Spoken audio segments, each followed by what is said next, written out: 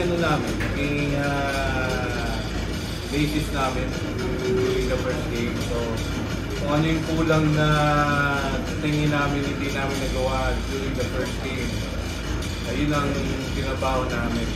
And I think, major na even the teams noticed that. So, somehow, ano lang talaga, agree lang kami sa lahat na kailangan namin bumawi.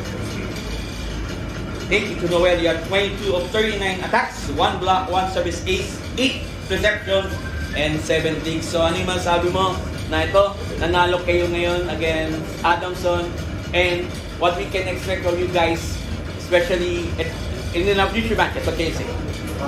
Siguro ano lang talaga, props to Adamson kasi they gave us a good fight din talaga.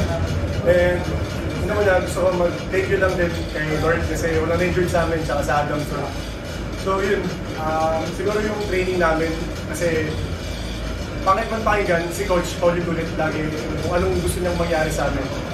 Like yung paulit-ulit na gusto niyang mangyari sa amin, somehow nakukuha na namin, I guess.